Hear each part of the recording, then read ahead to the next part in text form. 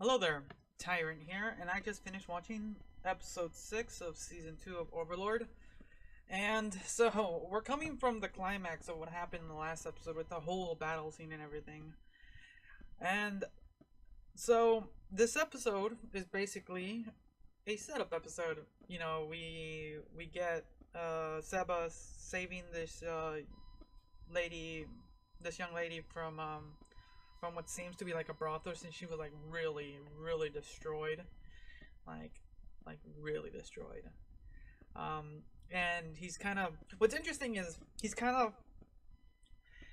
of fighting his quote unquote programming in a way because he's supposed to serve Lord Ainz, but he's kind of following his other programming of touch me, and which is interesting. And it's one of those things that that Ainz was actually trying to do last time, is trying to help them think outside the box of what they're programmed to do in a way.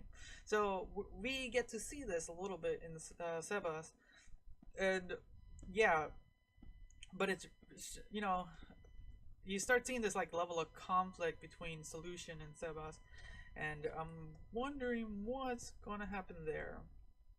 And but it's kind of natural. Knowing, because we kind of got that when Ainz went to go save the village the first time. You kind of got that hero moment from Touch Me.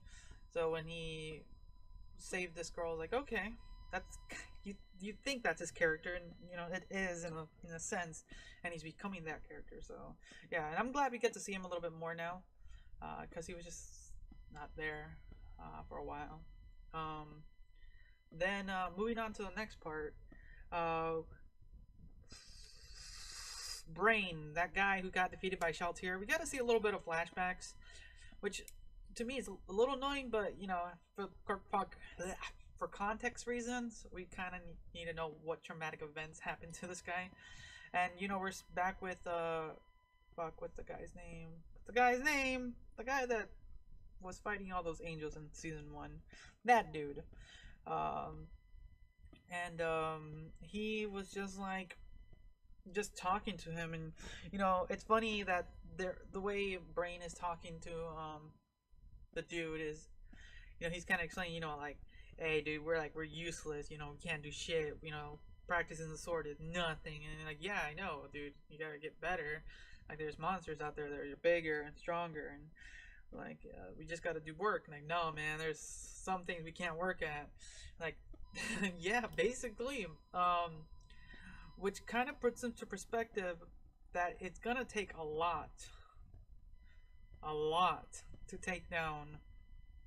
I don't even know if they can, to take down Ainz's forces, because it took him a lot to just not even take down Shalltear in like normal form.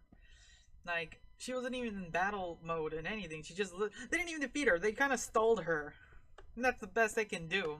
And they like almost lost a lot of people, and they lost some gear. Yeah, they lost people, and no, they lost people. Yeah. So yeah, if that's just against one guardian, forget about it. Forget about it. So that was interesting there. Then we got to see, if you watch the entrance, and if you remember season 1, the intro in that one, you got to see these women adventurers. Like, interesting. You got like some twins. You got this one wearing a mask, and one with like floating swords and shit, and then a big person with like a war hammer ish thing.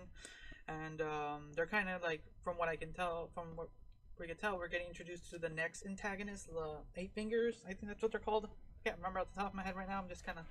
I literally just finished watching it, and so we're getting the next antagonists and stuff, and yeah, they're to these to our cast, they're nothing. They can be like wiped out in moments, but to these adventurers, they're trying to protect the capital and the kingdom from a drug that's been spreading around, and that's pretty cool. And it's pretty interesting to see these characters. Um, we're just gonna have to wait and see how that turns out, because it looks like we got introduced to a couple of characters, and we'll see from what that arrives we'll get. But no, yeah, this is basically a setup episode. The episode felt rushed to me, but you know, it's one of those things like, oh, what's gonna happen next? Sometimes an episode can feel that way, and this is one that yeah, it got.